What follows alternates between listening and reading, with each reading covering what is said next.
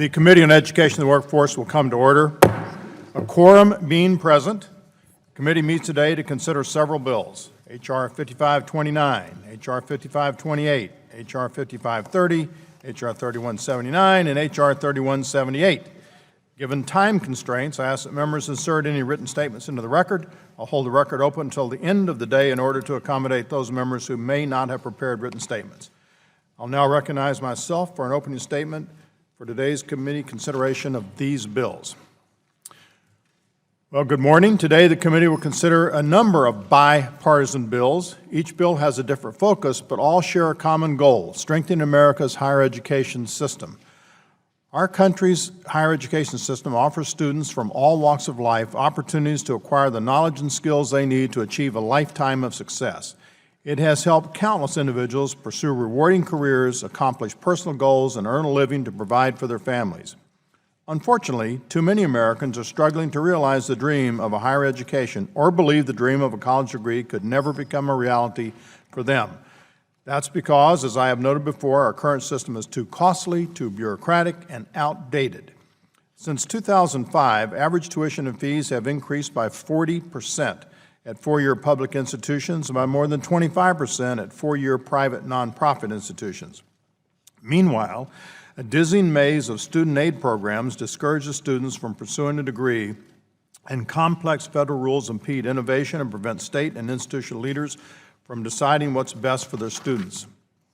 In the end, many students are either unable to complete college or they graduate saddled with debt and lacking the skills they need to compete in the workforce. It shouldn't be this difficult to earn a degree, and students and families deserve better. That's why reforming and improving the Higher Education Act remains a leading priority for this committee, and we've made significant progress in achieving that goal. While there is a lot of work still to be done to complete the reauthorization process, that doesn't mean we shouldn't take steps now to deliver important reforms students, parents, and taxpayers need. The bills under consideration today will help us do that. They are all bipartisan reforms that adhere to the principles we laid out last Congress, reforms that will empower students and families to make informed decisions, simplify and improve student aid, promote innovation, access, and completion, and ensure strong accountability with a limited federal role. These proposals will help students and parents better understand their higher education options. Choosing where to go to school and how to pay for it can be a daunting task, but having the right information and having it early can help students make smarter, more timely decisions. These are decisions that will have a significant impact on their lives for years to come, and it is critically important for students and families to get them right. The bills will also enhance existing support for institutions by serving minority students and hold those institutions accountable for how they are using that support. These reforms will help more students access a post-secondary education and ensure taxpayer dollars are being well spent. Together, they will help more Americans acquire the knowledge and skills they need to compete and succeed in the workforce. Yes, they are only part of a broader solution, but they will make a real difference and provide the help students and parents need now. I want to thank my Republican and Democrat colleagues for their work in developing these proposals. By working together, we're delivering the kind of positive, common-sense reforms that will strengthen our higher education system and, more importantly, help make a post-secondary education not just a dream, but a reality for more Americans. I look forward to advancing these reforms and to the work we have ahead of us to further strengthen higher education for students, families, and taxpayers. And with that, I will now recognize Ranking Member Bobby Scott for his opening remarks. Thank you, Mr. Chairman, and I want to thank you for rescheduling the meeting so that we could attend to other important business. I'm pleased that we're marking up this package of bipartisan bills that seek to make discrete amendments to the Higher Education Act. The legislative package before the committee today will expand access to dual or concurrent enrollment programs at Hispanic-serving institutions. It will strengthen historically black colleges and universities, recognizing the important role that these institutions play in helping many first-generation students earn a college degree. It will simplify the financial aid application process and help students make well-informed decisions when selecting a college and determining how to finance their education. Taken together, this package represents a step in the right direction for students and families. H.R. 5529 makes amendments to Title V program to support dual enrollment programs, allowing more students to accumulate college credits at HSIs and attain post-secondary degrees. H.R. 5530 will make much-needed improvements to the HBCU capital financing program and help more institutions take advantage of the program's affordable financing opportunities. H.R. 5528 makes permanent an executive action taken last year by President Obama that allows income from the previous year's tax return to be used to complete the FAFSA form. Under this bill, students and parents will be able to apply for financial aid when filling out the college applications and will no longer have to worry that they have not filed the current year's tax returns in order to complete the FAFSA form. Prior to this change, some families could not fill out the form on time, which delayed the receipt of critical financial aid for students. Another important provision of this bill will require the Secretary to periodically report to Congress on the needs of limited English proficient students to make sure that to make sure that a college education is within reach for all students. The Department should make sure that the FAFSA form is more accessible to students and families with limited English proficiency. I'm pleased that we could come together in a bipartisan fashion to make these important changes. H.R. 3179 will make sure that students receive better counseling on financial aid and student debt and help students make informed choices about how to finance college and how much they will owe. And lastly, H.R. 3178 will improve data transparency around key metrics, including outcomes for non-traditional students and Pell Grant recipients, and will provide students and their families with better, more accessible information when selecting a college. While these bills represent steps in the right direction, Congress must keep its eye on the real prize, and that is a full-scale reauthorization of the Higher Education Act that prioritizes college access, affordability, and completion. Today, more than ever, a college education is a need rather than a want for most Americans. By the year 2020, research shows that 65% of all jobs will require some form of post-secondary education. In fact, over the course of a lifetime, an average worker with a bachelor's degree will earn approximately $1 million more than a worker without post-secondary education. Committee Democrats believe that each and every student should have access to higher education that provides the knowledge and skills necessary to compete in the 21st century economy without having to take on decades' worth of student debt. Pell Grants, the foundation of federal financial aid for low-income students, those grants are critical to this effort. And as we reauthorize the Higher Education Act, Congress should prioritize making sure the Pell Grant covers a greater share of the college costs for more students. If Congress is serious about making college more affordable for low-income students, previously appropriated and balanced in Pell Grant program must be protected and stay with Pell recipients. Unfortunately, the Senate Committee on Appropriations recently passed a fiscal 2017 appropriations bill that actually cuts $1.2 billion from the Pell program, balancing other funding needs on the back of low-income college students. Cuts to Pell Grant funding will make it considerably harder to strengthen the program through reauthorization. Instead, appropriations committees will have the opportunity to strengthen Pell this year by increasing the maximum award set in the appropriations and by allowing students to use Pell Grants during the summer. This, when paired with supplemental funding in statute, would raise the maximum Pell Grant, putting critical new dollars into students' pockets. Mr. Chairman, I once again want to thank you for the bipartisan process that allowed us to work together on this package of bills, but I also urge my colleagues to quickly and urgently turn to the important work of the full-scale reauthorization of the Higher Education Act. Millions of students are counting on us to make sure that they have a fair shot at competing in a 21st century economy. And I'm committed to working with all of the colleagues on the committee and others in Congress to make sure that the promise of access to higher education, affordable educational opportunities will not be lost. And while today's committee proceedings represent a step in the right direction, I look forward to tackling the comprehensive reauthorization in months to come. Thank you, Mr. Chairman, and I yield back. The gentleman yields back. Committee will now proceed to the consideration of the bill H.R. 5529 for amendment. Without objection, the bill will be considered as read and open for amendment at any point, and any amendment offered shall be considered as read. I will soon recognize Dr. Heck to offer an amendment in the nature of a substitute. Without objection, the amendment shall be considered original text and open to amendment at any point. The amendment in the nature of a substitute has already been distributed and is in your folders. I now recognize Dr. Heck for 5 minutes to explain the substitute. Thank you, Mr. Chairman. Like many states, Nevada has a severe doctor shortage. While the number of patients is steadily increasing, there continues to be too few qualified healthcare providers to meet this growing demand for care. Additionally, while the Hispanic population is growing throughout the country, especially in Nevada, there continues to be a disproportionately low percentage of Hispanic physicians. In fact, according to the National Hispanic Medical Association, while the Hispanic population has increased to 17% of our total population, the number of physicians that identify as Hispanic is only 5%. In an effort to help close this diversity gap, prepare more culturally competent healthcare providers, and address our nation's doctor shortage, last year I joined with Congressman Dr. Raul Ruiz from California to introduce H.R. 2927. That bill allowed Hispanic-serving institutions to utilize existing grant funds to create programs that support, encourage, and mentor prospective physicians as they navigate the necessary requirements to be accepted into medical school. Congress originally created the Developing Hispanic Serving Institutions program in 1992. This program helps promote education opportunities for Hispanic students and allows the institutions serving them to make improvements that increase the quality of the education they offer.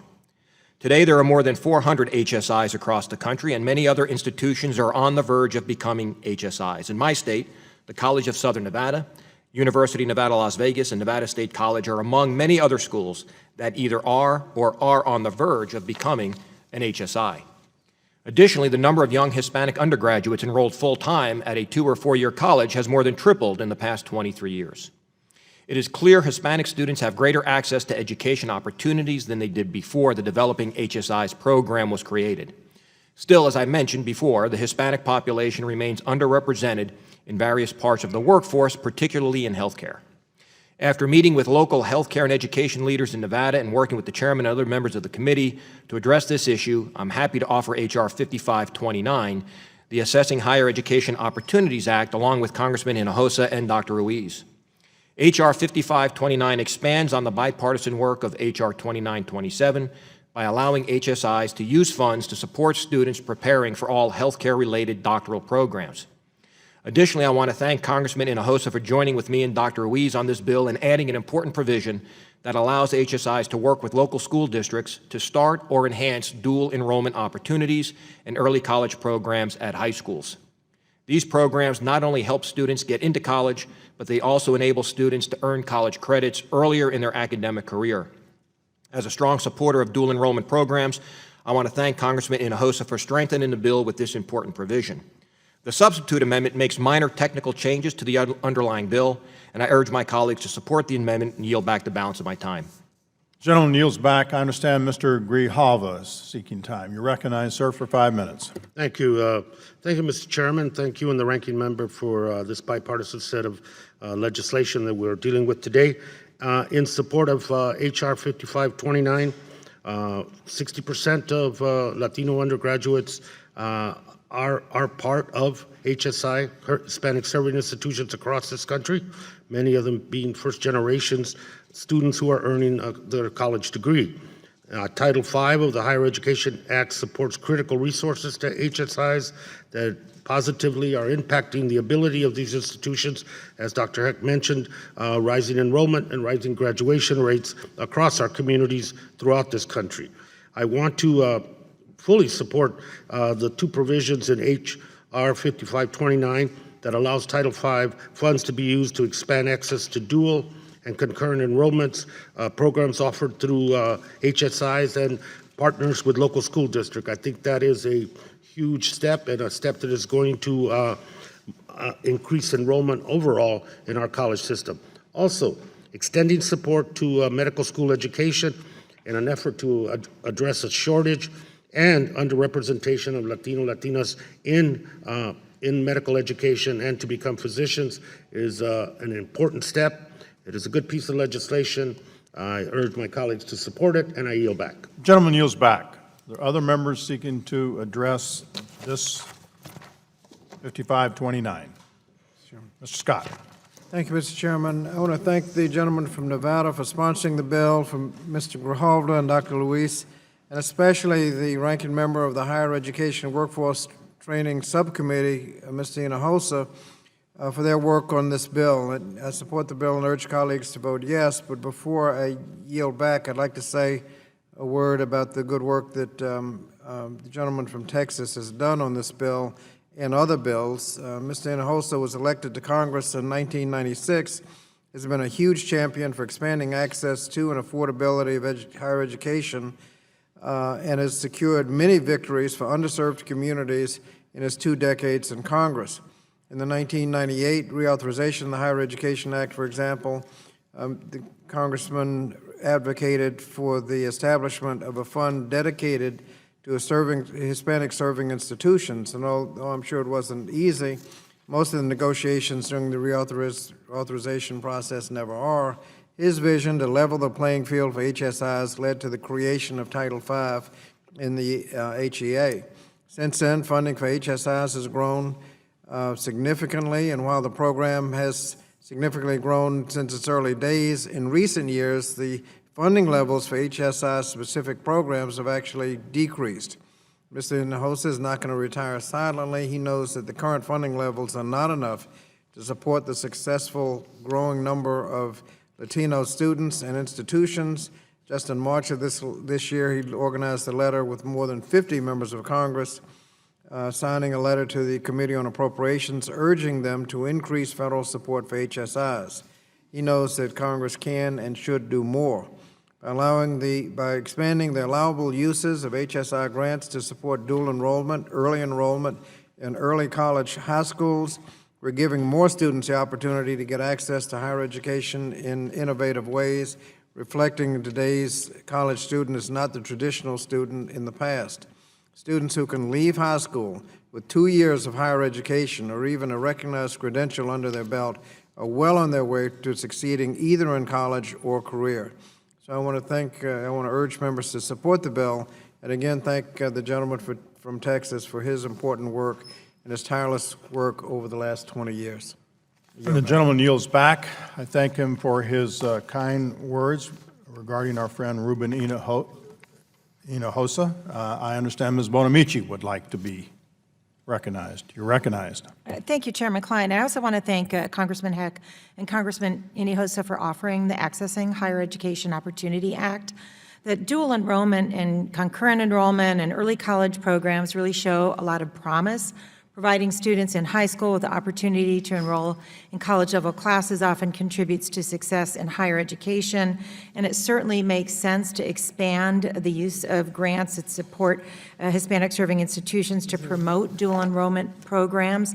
But I also want to mention that in the Accessing Higher Education Opportunity Act, gives the HSIs resources to help more Latino Americans earn advanced degrees in healthcare fields. And this is an important tool for making the healthcare profession stronger by helping it reflect the diversity in America's communities. So I ask my colleagues to join me in supporting the Accessing Higher Education Opportunity Act, and I look forward to working with this committee and colleagues to use comprehensive reauthorization of the Higher Education Act to strengthen all institutions of higher education. And I yield back the balance of my time. Thank you, Mr. Chairman. Gentlelady yields back. It is my understanding that all member interests have been sufficiently addressed in the substitute and no additional amendments will be offered. Therefore, the question now occurs on the amendment in the nature of a substitute. All those in favor say aye. Aye. All those opposed say no. The ayes have it and the amendment is agreed to.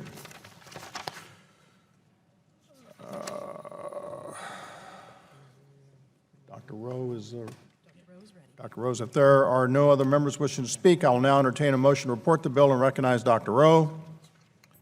Thank you, Mr. Chairman. I move that the Committee on Education and the Workforce report the bill H.R. 5529 to the House of Representatives with an amendment and with the recommendation that the amendment be agreed to and that the bill as amended do pass. Question is on favor of reporting the bill. All those in favor signify by saying aye. Aye. Those opposed by saying no. The ayes have it. The chair notes for the record that a quorum is present, and I recognize Dr. Rowe. Thank you, Mr. Chairman. I ask unanimous consent that the staff be authorized to make the necessary and technical changes to the bill, and pursuant to House Rule 11, Clause 2L, I give notice that all members have the requisite number of days to file additional or minority views. Without objection, so ordered. The committee will now proceed to the consideration of the bill H.R. 5528 for amendment. Without objection, the bill will be considered as read and open for amendment at any point, and any amendment offered shall be considered as read. I will soon recognize Dr. Heck to offer an amendment in the nature of a substitute. Without objection, the amendment shall be considered original text and open to amendment at any point. The amendment in the nature of substitute has already been distributed and is in each of your folders. I now recognize Dr. Heck for 5 minutes to explain the substitute. Thank you again, Mr. Chairman. Early last year, I held a roundtable on higher education in my district to help better understand the issues facing students, teachers, and higher ed administrators in Nevada. Nearly everyone in attendance raised the issue of the overly complicated student aid application process, and specifically problems with the free application for federal student aid, better known as the FAFSA. Like many aspects of the student aid system, the application for aid can be confusing and too complex for many students and families to complete.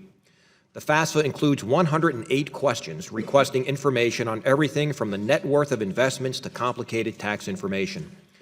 Many of these questions rely on data that students simply do not yet have or are so complicated they deter applicants from even completing the form.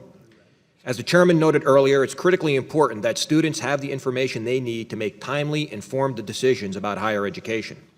That includes information on what aid might be available to help them pursue a college degree and the responsibilities that come with accepting assistance.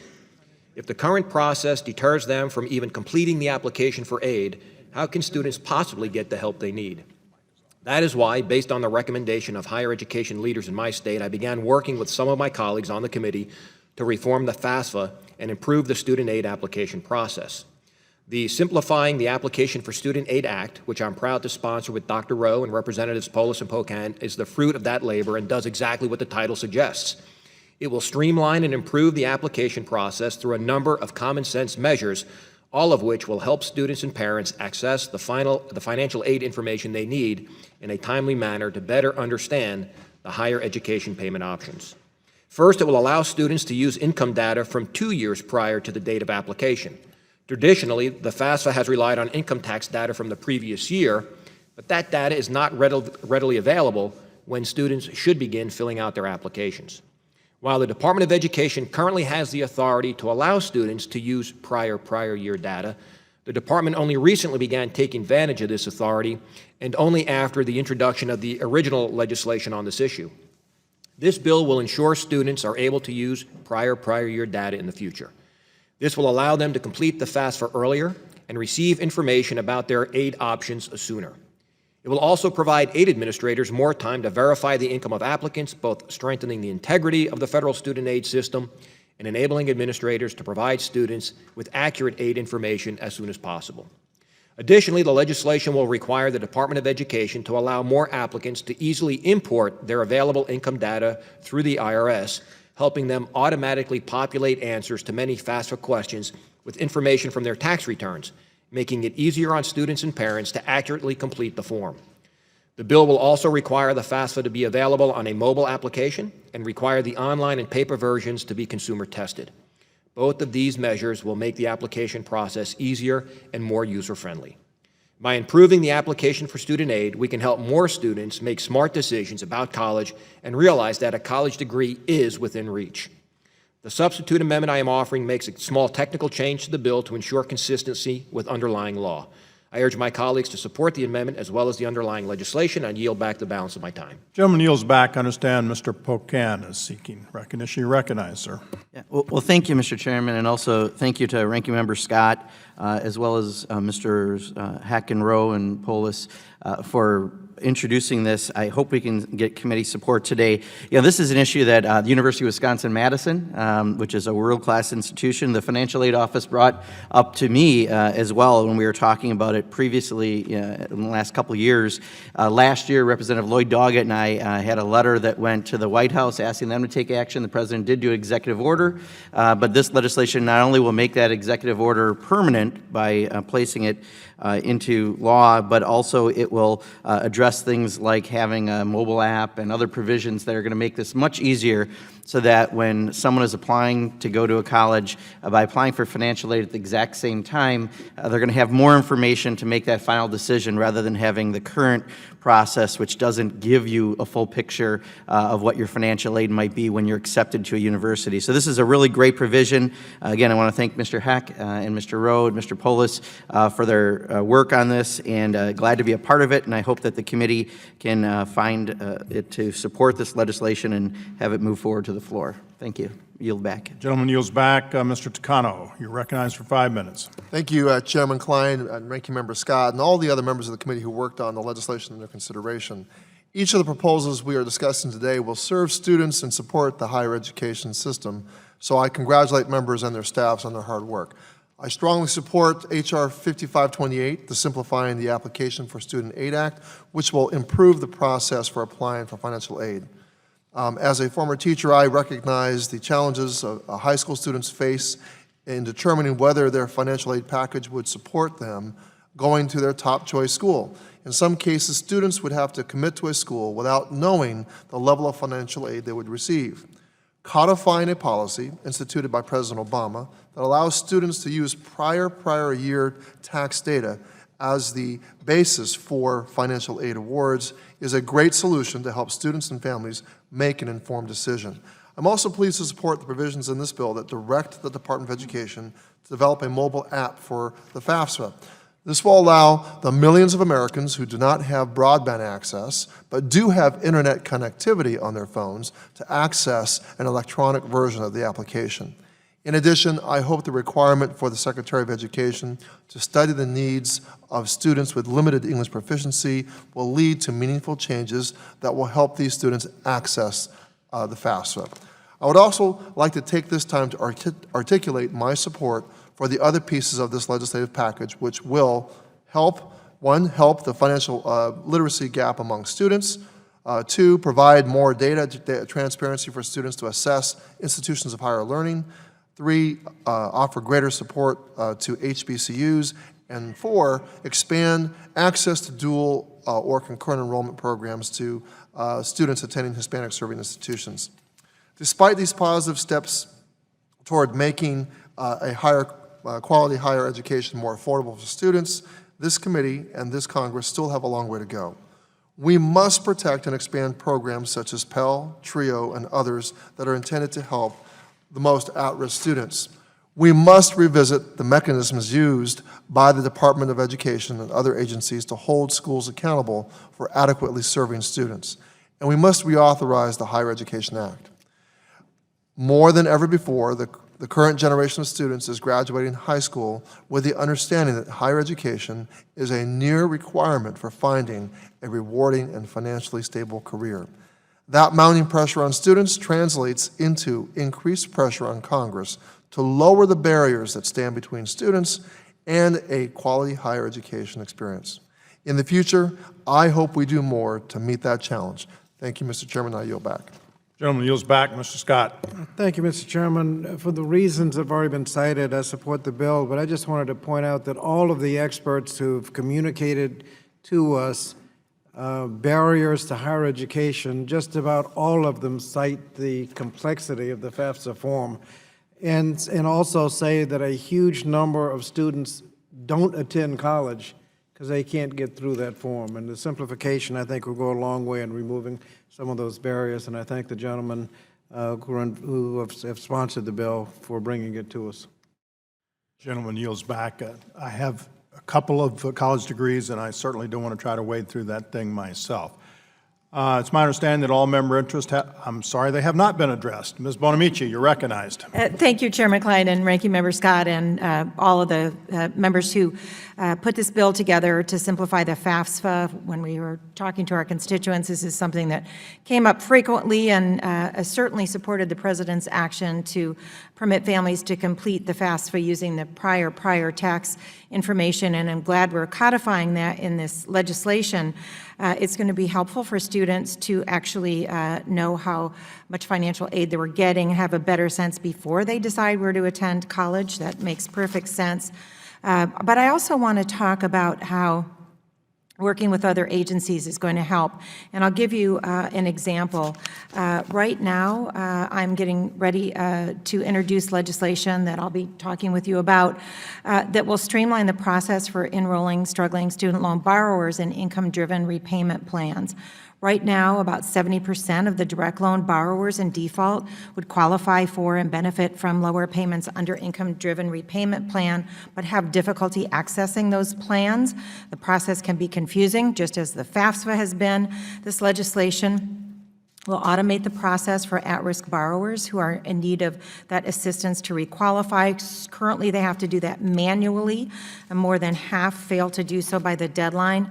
What we can do is use existing IRS data that's already on file to automate the recertification process to make it easier for borrowers to qualify and continue in income-based repayment plans. So similarly, this Simplifying the Application for Student Aid Act removes obstacles that prevent families and students from accessing federal student loan programs, and I'm happy to support this legislation and look forward to continuing to work together on making higher education more accessible and more affordable. I urge my colleagues to join me in supporting this legislation and yield back the balance of my time. Gentlelady yields back. It is my understanding that now all member interests have been sufficiently addressed in the substitute and no additional amendments will be offered. Therefore, the question now occurs on the amendment in the nature of a substitute. All those in favor say aye. Aye. All those opposed say no. The ayes have it and the amendment is agreed to. I will now entertain a motion to report the bill and recognize Dr. Rowe. Thank you, Mr. Chairman. Mr. Chairman, I move that the Committee on Education and the Workforce report the bill H.R. 5528 to the House of Representatives with an amendment and with the recommendation that the amendment be agreed to and that the bill as amended do pass. Question is in favor of reporting the bill. All those in favor signify by saying aye. Aye. Aye. Those opposed by saying no. The ayes have it. And the motion is agreed to. H.R. 5528 is ordered reported to the House of Representatives. The chair notes for the record that a quorum is present. I now recognize Dr. Rowe. Thank you, Mr. Chairman. I ask that a unanimous consent that the staff be authorized to make necessary and technical changes to the bill and pursuant to House Rule 11, Clause 2L. I give notice that all members have the requisite number of days to file additional or minority views. Without objection, so ordered. Committee will now proceed to the consideration of the bill H.R. 5530 for amendment. Without objection, the bill will be considered as read and open for amendment at any point, and any amendment offered shall be considered as read. I will soon recognize Ms. Adams to offer an amendment in the nature of a substitute. Without objection, the amendment shall be considered original text and open to amendment at any point. The amendment in the nature of a substitute has already been distributed and is in your folders. I now recognize Ms. Adams for 5 minutes to explain the substitute. Thank you, Mr. Chairman. In an effort to offset inequities faced by historically black colleges and universities, known as HBCUs, in the private bond market, H.R. 5530 makes improvements to the HBCU Capital Financing Program, a program that provides low-cost capital to finance infrastructure improvements at HBCUs. I'm happy to have Congressman Byrne co-sponsoring this bill, this amendment as well, and also working as co-chair for the bipartisan HBCU caucus. H.R. 5530 makes technical changes to the program, such as changing the name of an account to more adequately describe the purpose of the fund. This simple change in name may increase participation by public HBCUs, which otherwise may have been discouraged from participating. H.R. 5530 also provides additional support to institutions interested in participating but unable to meet the program's financial requirements.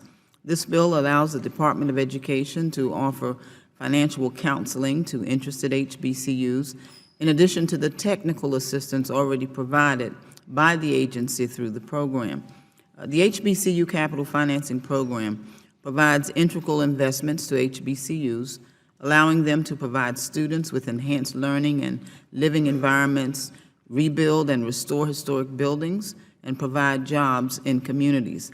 Additionally, this financing program has been an effective tool and has exhibited very limited risk to the federal government and taxpayers. And so I hope that these changes will encourage and help more HBCUs take advantage of the capital financing program, and I encourage all of my colleagues to support the legislation. The bills before us today are good first steps, but I look forward to a comprehensive reauthorization bill in the near future. Mr. Chairman, I'd also like to enter 2 letters of support for this bill from the Thurgood Marshall College Fund and the United Negro College Fund into the record. Thank you, Without Mr. objection. Chair. Thank you. I yield back. And the gentlelady yields back. Mr. Byrne, you're recognized. Thank you, Mr. Chairman. I want to say what a pleasure and honor it is to work with Ms. Adams, both on the HBCU caucus, but also on this bill. This is a good bill, good piece of legislation. I know that she and I have other issues that we're looking at and working on together, and I look forward to working with her and others in the HBC community as we continue to plow through this very important issue, and I yield back. Mr. Grothman was seeking recognition. Sir, you're recognized. Right. I had actually wanted to speak on the prior bill, but I just want to alert people to something and hope we check into it before the bill gets to the floor. In the prior bill, we are allowing people to determine, I believe, eligibility for some of these programs based on income 2 years ago, and I understand why we're doing that. But I think it's been brought to my attention, perhaps I'm wrong, that in some cases, students will be able to pick between their income 2 years ago and 1 year ago. And I'm a little bit afraid that will increase the number of people eligible for the program. And given that one of the problems we have with a lot of these aid programs is their costs are spiraling out of control, they're mandatory programs, I don't think we want to inadvertently here cause the cost of these programs to go up. So I just hope other members of the committee, before this ever goes to the floor, make sure that particularly in these mandatory programs, we haven't inadvertently increased the cost. Thanks. The gentleman yields back. I just had the chair recognize himself for 30 seconds. We're having discussion here. The legislation says you will use the prior. It does allow the aid administrator in the school, in the case if the student wants to come and make the case that their income is dropped, but that decision is the aid administrator, not the student can't just choose which way he wants to go. So I understand it, but you raise a good point. We will be looking at it. Mr. Hinojosa, you're recognized.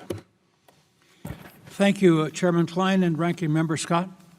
I rise to join my colleagues on both sides of the aisle in supporting H.R. 5530, legislation making improvements to HBCU capital financing program, which provides low-cost capital to finance infrastructure improvements at HBCUs. Today, historically black colleges and universities continue to educate large numbers of students of color, low-income students, and first-generation college students, so we must work to strengthen their capacity. I urge all my colleagues to support this legislation. It will be very helpful, and I strongly support it. I yield back. Gentleman yields back. Mr. Scott, you're recognized. Thank you, Mr. Chairman. I'd like to thank the gentlelady from North Carolina and the gentleman from Alabama for their strong support for HBCUs. The bill has been well described. I just want to point out that it's my hope that the counseling that's provided in the bill would also include assistance to institutions who need help in growing their endowment. HBCUs, as a legacy of their disparate treatment compounded over 150 years, typically have smaller endowments compared to other institutions of higher education. To the extent that they can grow the endowments, a lot of their problems could be alleviated. And so I would hope that that counseling would include endowment, and I would hope that we'd support the bill. And again, thank the co-chairs of the HBCU caucus. Gentleman yields back. There are other members wishing to be heard. Other members wishing to be heard. Okay, continuing the trend, it is now my understanding that all member interests have been sufficiently addressed in the substitute and no additional amendments will be offered. Therefore, the question now occurs on the amendment in the nature of substitute. All those in favor say aye. Aye. Aye. All those opposed say no. The ayes have it. The amendment is agreed to. I'll now entertain a motion to report the bill and recognize Dr. Rowe. Thank you, Mr. Chairman. I move that the Committee on the Education and the Workforce report the bill H.R. 5530 to the House of Representatives with an amendment and with the recommendation that the amendment be agreed to and that the bill as amended do pass. Question is on favorably reporting the bill. All those in favor signify by saying aye. Aye. Those opposed signify by saying no. The ayes have it. The ayes have it. The motion is agreed to. H.R. 5530 is ordered, reported to the House of Representatives. The chair notes for the record that a quorum is present, and I recognize Dr. Rowe. Thank you, Mr. Chairman. I ask unanimous consent that the staff be authorized to make necessary and technical changes to the bill and pursuant to House Rule 11, Clause 2L, I give notice that all members have the requisite number of days to file additional or minority views. Without objection, so ordered. Committee will now proceed to the consideration of the bill, H.R. 3179, for amendment. Without objection, the bill will be considered as read and open for amendment at any point, and any amendment offered shall be considered as read. I'll soon recognize Mr. Guthrie to offer an amendment in the nature of a substitute. Without objection, the amendment shall be considered original text and open to amendment at any point. The amendment in the nature of a substitute has already been distributed and is in your folders. I now recognize Mr. Guthrie for 5 minutes to explain the substitute. Thank you, Chairman Klein. I'm happy to be here today to help address several challenges facing Americans pursuing a higher education. One of those challenges is understanding the federal financial aid process. Students and parents face a number of difficult questions when considering their higher education opportunities. Deciding how to responsibly finance and pay for their education is an important part of that process.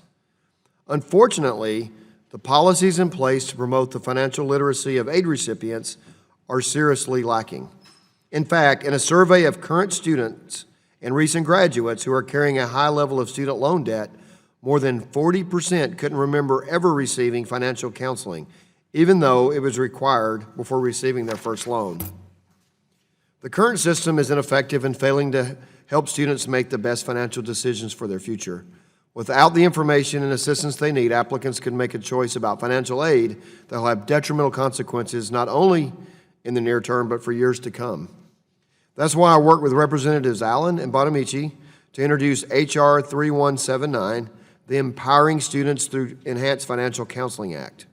This bill will help Americans make smart decisions when it comes to financing their higher education by improving the timing and frequency of loan counseling. First, it will require individuals to receive their counseling before signing on the dotted line, helping students understand the responsibilities they are taking on and keeping them well informed every step of the way. Additionally, the legislation will bolster exit counseling to help borrowers make smart financial decisions as they leave school. It's not enough to be aware of financial options and commitments before and during school. We need to empower students to make smart financial decisions as they begin to repay their college loan commitments as well. H.R. 3179 will also enhance the content of financial aid counseling, ensuring it is tailored to a borrower's unique needs and individual circumstances, and it will require the Secretary of Education to maintain a consumer-tested online counseling tool for institutions to use in providing required financial counseling. In today's anemic economy, as college costs continue to rise, students and their families cannot afford the costs of making poor financial decisions in pursuit of a higher education. The Empowering Students Through Enhanced Financial Counseling Act will help students receive the information they need to understand their options and make financially responsible decisions as they work to achieve their goals. The substitute amendment I'm offering makes non-controversial technical changes. I urge my colleagues to support the amendment, the underlying legislation, and I yield back the balance of my time. Gentleman yields back. Ms. Bonamici, I think, want to be recognized. You're recognized for 5 minutes. Thank you, Chairman Klein and Ranking Member Scott, for your bipartisan leadership on the Empowering Students Through Enhanced Financial Counseling Act. I've been working with Congressman Guthrie. I thank him for his leadership since the 113th Congress to help advance this legislation, which will improve the financial counseling for millions of student loan borrowers. The need for this enhanced financial counseling is clear. Approximately 42 million Americans are carrying more than $1.2 trillion in student loan debt. About 1 in every 4 of these borrowers is behind on his or her payments, facing either delinquency or default. The consequences of missing student loan payments can be severe and long-lasting. At the same time, there's evidence that student loan debt can be a drag on the broader economy. Even when borrowers are able to squeeze their budgets and make payments, sometimes they struggle with this debt and they may delay purchasing a new car, a new home, a new appliance. They may be unable to access capital to start a small business, or they may put off saving for retirement. Of course, the solution to the mounting burden of student loan debt will require a number of changes. We'll need to strengthen Pell Grants and other aid and take additional steps to reduce borrowing. I'm pleased to be working with Congressman Byrne on a bipartisan proposal to update the Federal Work-Study Program, a program that makes college more affordable for many students. Work-study recipients earn money while in school, reducing the amount they borrow and also allowing them to graduate not only with less debt but also with work experience. Representative Byrne and I are developing common sense changes to the program that will help institutions connect more students with positions on and off campus that align with their coursework and career goals. This effort will include promoting work-based learning opportunities such as internships through federal work study. It will support colleges and universities that locate paid internships for low-income students in the summer months when many low-income students miss out on the enriching work-based learning opportunities enjoyed by their more affluent peers. This is only one example of the kind of action this committee can take to curb the rise in student debt and help students earn a higher education degree. In addition to these actions, we also need to help current and future students understand their rights and obligations as borrowers.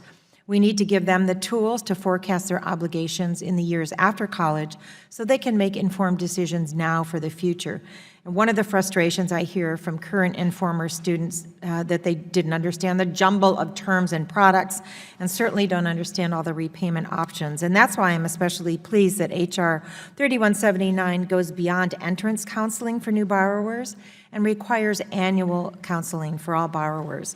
Under this bill, students will receive information each year about how much they've borrowed, what they've projected to borrow, how their loans will accrue interest, and what they can expect their monthly payments to be when they leave college. And they'll be better able to see their road to repayment. And importantly, providing annual counseling means that the borrowers who don't graduate will receive some information about what to expect when they leave school and have to start repaying. Borrowers will also be reminded each year they don't have to borrow the full amount made available to them. They should consider grants, work study, and federal loans before turning to private lenders, and they'll be reminded that they can pay interest before it capitalizes. HR 3179 will also expand financial counseling to more groups. It will provide the information that it will improve the information that parent borrowers receive, and also provide counseling to Pell Grant recipients so they understand the limits on eligibility for Pell Grants and the circumstances in which they would be asked to repay their grants. In short, the Empowering Students Through Enhanced Financial Counseling Act will make a real positive difference for student loan borrowers. It doesn't solve all problems, which is why I look forward to working with all members on this committee on additional proposals, but this bill is clearly a right step in the right direction, and I urge each of my colleagues to support it. Thank you, Mr. Chairman. I yield back the balance of my time. Gentlelady yields back. Mr. Allen, you're recognized. Thank you, Mr. Chairman, and I believe I speak on behalf of all of our colleagues here when I say that we're all serving our constituents and our nation to ensure a better and brighter future for our children, grandchildren, and generations of Americans to come. That's why I'm proud to join Representative Guthrie and Representative Bonaventure in support of legislation we introduced, Empowering Students Through Enhanced Financial Counseling Act. As mentioned, with over $1.2 trillion in outstanding student loan debt and the average undergraduate debt around $35,000 upon graduation, we must ensure that all students embarking on higher education are fully informed of the debt they are taking on and encourage them to explore ways to pay for college other than incurring debt. Our legislation requires annual loan counseling before the individuals sign the dotted line and recommends that students exhaust work study and scholarship assistance before taking out these loans. The counseling must include a notice that students and parents do not have to accept the full loan amount, and it also bolsters exit counseling upon graduation. Pell Grant recipients would also be required to undergo annual counseling. The value of further education, whether it be 4-year, 2-year, or technical institutions, cannot be underestimated, and it already has been mentioned here today. However, we owe it to all Americans to ensure that students have adequate financial counseling before they sign the dotted line and take out loans that must be paid back to the American taxpayer. I do know, in talking to various industry groups, that one of the problems with new home ownership is student loan debt. Folks coming out of college, going to work, cannot afford a new home, which is something we want all Americans to be able to do. I urge all of my colleagues to support this common sense legislation, and I yield back my time. Gentleman yields back. Mr. Scott. Thank you, Mr. Chairman. Mr. Chairman, there are, in fact, a lot of affordable options for financing higher education and paying back student loans, including income-based payments. This bill will just make sure that students have all that information, and when they get it, a lot of students will be paying a lot less than they're paying today. So I thank the sponsors of the legislation and yield back my time. Gentleman yields back. Mr. Hinojosa. Thank you, Chairman Klein and Ranking Member Scott. I rise to join my colleagues on both sides of the aisle in supporting H.R. 3179. This bill provides better upfront, ongoing, and exit counseling information on financial aid and student loan debt. I believe that we owe it to our students to provide them with as much easy-to-understand information on the college financial aid process as possible, so that they can have a clear understanding of how much they will owe and what interest rate they will pay should they choose to do a student loan. Borrowers will also have access to counseling about private loans from lenders such as banks that are not as generous as federal loans. This bill also requires that the Department of Education conduct a rigorous longitudinal study on the effectiveness of student loan counseling requirements. Finally, I want to say that the federal government must ensure that student borrowers and their families have consumer-tested counseling tools and the financial information necessary to make more informed choices about how to best finance their college education. I urge my colleagues to support this bill, and I yield back. The gentleman yields back. Are there other members wishing to be heard? I understand all member interests have been sufficiently addressed in the substitute and no additional amendments will be offered. Therefore, the question now occurs on the amendment in the nature of substitute. All those in favor say aye. Aye. All those opposed say no. The ayes have it, and the amendment is agreed to. I'll now entertain a motion to report the bill and recognize Dr. Rowe. Thank you, Mr. Chairman. I move that the Committee on Education and the Workforce report the bill H.R. 3179 to the House of Representatives with an amendment and with the recommendation that the amendment be agreed to and that the bill as amended do pass. Question is on favorably reporting the bill. All those in favor signify by saying aye. Aye. Those opposed signify by saying no. The ayes have it, and the motion is agreed to. H.R. 3179 is ordered reported to the House of Representatives. The chair notes for the record that a quorum is present, and I recognize Dr. Rowe. Thank you, Mr. Chairman. I ask unanimous consent that the staff be authorized to make necessary and technical changes to the bill, and pursuant to House Rule 11, Clause 2L, I give notice that all members have the requisite number of days to file additional or minority views. Without objection, so ordered. The committee will now proceed to the consideration of the bill H.R. 3178 for amendment.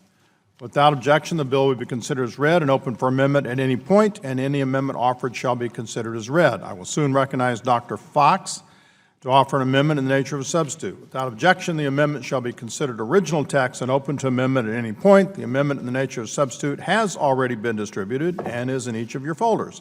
I now recognize Dr. Fox for 5 minutes to explain the substitute.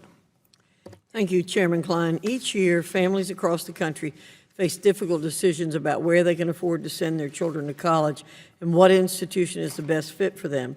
Students must wade through massive and often conflicting amounts of information in order to make an informed choice.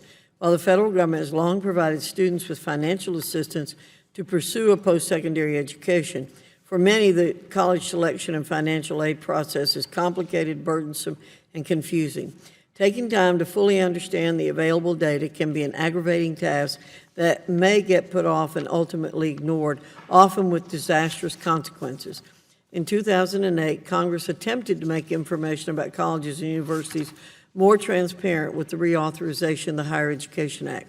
That bill directed the Secretary of Education to collect and report on information from every college and university receiving federal student aid, including cost of attendance, the percentage of students receiving financial aid, and college completion rates. As a result, some more information from 7,000 colleges across the nation is now available to help students and their families plan for the future, but there's more that can be done. Much of the data available because of the 2008 reforms does not take into account large numbers of students enrolled in higher education or fails to capture crucial information that students and families need. To make matters worse, many of the federal government's efforts to increase transparency in higher education since 2008 have only added to the confusion and uncertainty many prospective students face. That's why I, along with my colleagues Mr. Messer and Mr. Sablon, introduced H.R. 3178, the Strengthening Transparency in Higher Education Act. This bill will improve the information students and their families need to make smart decisions about their education, providing a more complete picture of student population on our nation's college campuses. It will also begin to streamline the overwhelming maze of information currently provided to students and families at the federal level. More specifically, the bill requires the Secretary of Education to create a consumer-tested college dashboard. This dashboard will provide students with the key information they need to decide what school to attend, such as the completion rates of all students at that college or university, not just those attending college full-time and for the first time. To ensure students know this information is available to them, the bill also instructs the Secretary to actively provide links to the college dashboard pages of each institution that a student lists on his or her application for federal student aid. By improving and making more students aware of the information available, we can better assist them in making financially responsible decisions that will help them achieve the dream of obtaining a college degree. Furthermore, this legislation will streamline many of the federal government's existing transparency efforts, requiring better coordination among federal agencies and eliminating unnecessary initiatives. It's crucial that we continue to increase transparency in the country's higher education system. The Strengthening Transparency in Higher Education Act is a positive step forward in that effort. The substitute amendment I'm offering makes small technical changes to the base bill for clarity. I urge my colleagues to support the amendment as well as the underlying legislation, and I yield back the balance of my time. The gentlelady yields back. Mr. Sablon. Thank you very much, Chairman Klein, and I'd like to start by saying it's been great working with Ms. Fox, the chair of the Subcommittee on Higher Education and Workforce Training on H.R. 3178, the Strengthening Transparency in Higher Education Act, in such a bipartisan manner. So thank you very much, Chairwoman Fox. No matter which side of the aisle we're on, we can all agree that helping people get an education is good for the individual and good for the American economy. In my latest visit home, I had my first listening session with regents and leadership of our community college. I hope to soon put together issues important to higher education for the Northern Marianas, and for hope we could use that in the as we continue the bipartisan work on all the bills we're moving today. And that also means continued collaboration as we move towards reauthorization of the Higher Education Act. The Strengthening Transparency in Higher Education Act is particularly important for students thinking about college in my district, the Northern Mariana Islands, and in any part of America that is more geographically remote. It is also important to students like mine who come from families that do not have a lot of money and are investing in a college education for the first time. There is a rite of passage for many high school students in America to travel with their parents to look at colleges. Students in my districts, where most families live before the poverty line, and a ticket to the mainland costs thousands of dollars, do not have the opportunity to visit colleges they're interested in. But by putting together the key information about colleges online, as our legislation would do, we would help bridge that geographic and financial gap. We would also help those families make safer investments in their children's education, because our bill will put information about costs and student success rates up front where people can see it and compare one college to another. With more than 7,000 colleges and universities to choose from, the college application process can be quite overwhelmingly for students and families, especially if no one in the family has ever gone to college. I urge my colleagues to support H.R. 3178, the Strengthening Transparency in Higher Education Act, and I urge passage of all five bills we're considering today. They all will help college students and their families They all are the result of working together in a bipartisan manner. They are also a good start in the work we would have to continue in the future to tackle tuition costs and make higher education available to more Americans. The way we will do that is through reauthorization of the Higher Education Act. In that work, I am sad to say, we will not have the able leadership of Ranking Member Ruben Hinojosa, who retires at the end of this Congress. Mr. Hinojosa is such an important member of this committee and a leader in higher education policy. I will miss him, we will miss him, but we promise we will carry on his work. And Mr. Chairman, thank you, and I yield back. Gentleman yields back. Ms. Davis, I think, was seeking time. Thank you, Mr. Chairman. I also want to thank Mr. Hinojosa for all of his work in this area and echo the thoughts of my colleague.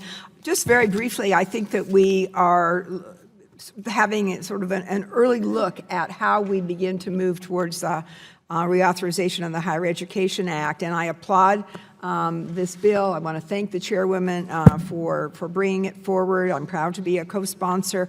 I also hope that we can ask further questions about how young people will benefit from information that could be included in data. We all know how important this is, I think particularly in areas where students are not as exposed, are not able to get information, perhaps don't have contacts within their own communities. There are so many issues about the size of classes, about the ability for students to access seminar classes, the kind of personal attention that they could hope to get when they're at colleges and universities. And perhaps there's a way that we can document that better in data in the future. I think there's a great effort here to begin to do that, and I think there are more questions that we can ask, and I look forward to working on those in the future. Thank you, Mr. Chairman. Gentlelady yields back. Ms. Bonamici, you're recognized. Thank you, Mr. Chairman, and I want to join in those thanking the co-sponsors for bringing forward the Strengthening Transparency in Higher Education Act, and also join those thanking Mr. Hinojosa for his leadership over the years. Certainly support this legislation. Some of us went to college at a time when we used books to determine where we were going. That doesn't work anymore. Students really need more and better information. The transparency furthered through this bill is good. The better information is good. But I want to point out one provision in particular for my many constituents who care a lot about student data privacy. This bill expressly prohibits any personally identified information provided by users being sold or made available to third parties. And I know my constituents who care a lot about data privacy will appreciate that. So again, thanks to the co-sponsors. I look forward to joining you in supporting this important legislation, and I yield back the balance of my time. Thank you, Mr. Chairman. Gentlelady yields back. Are there other members seeking recognition? Mr. Hinojosa. Thank you, Chairman Klein and Ranking Member Scott. I rise together with Chairwoman Virginia Fox in strongly supporting H.R. 3178. This bill creates a college dashboard to streamline and improve information available to students.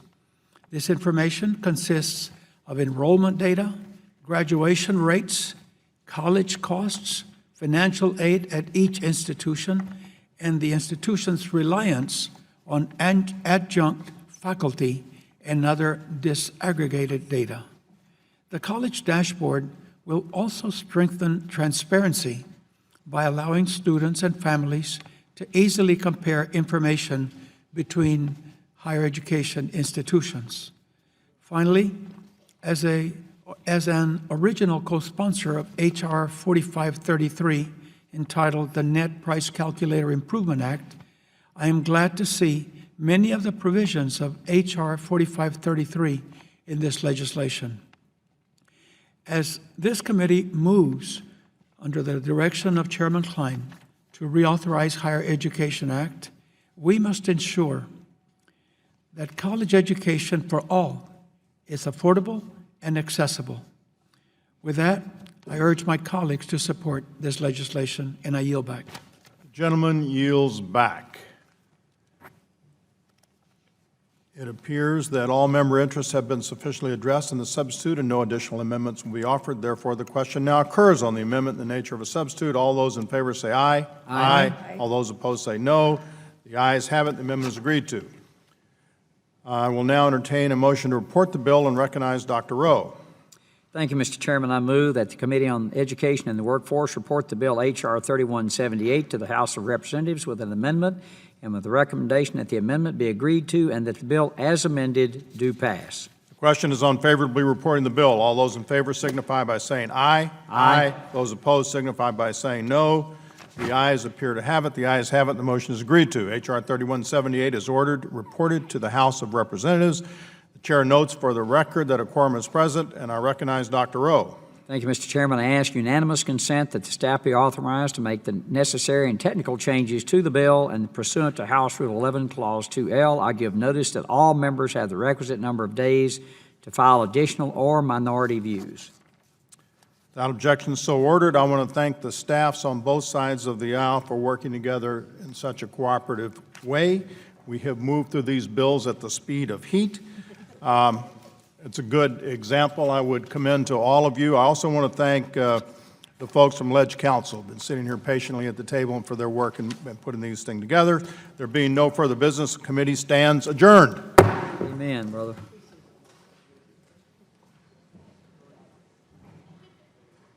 It's all good.